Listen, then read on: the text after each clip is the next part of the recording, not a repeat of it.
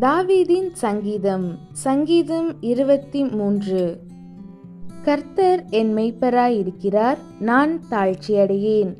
அவர் என்னை புல்லுள்ள இடங்களில் மேய்த்து அமர்ந்த தண்ணீர்கள் அண்டையில் என்னை கொண்டு போய் விடுகிறார். அவர் என் ஆத்துமாவை தேற்றி தம்முடைய நாமத்தின் நிமித்தம் என்னை நீதியின் பாதைகளில் நடத்துகிறார். நான் மரண இருளின் பள்ளத்தாக்கிலே நடந்தாலும் பொல்லாப்புக்கு பயப்படேன்.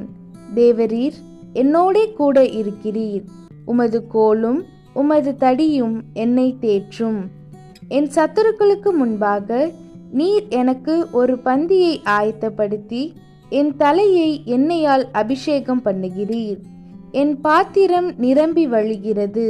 என் ஜீவனுள்ள நாளெல்லாம் நன்மையும் கிருபையும் என்னை தொடரும். நான் கர்த்தருடைய வீட்டிலே நீடித்த நாட்களாய் நிலைத்திருப்பேன்.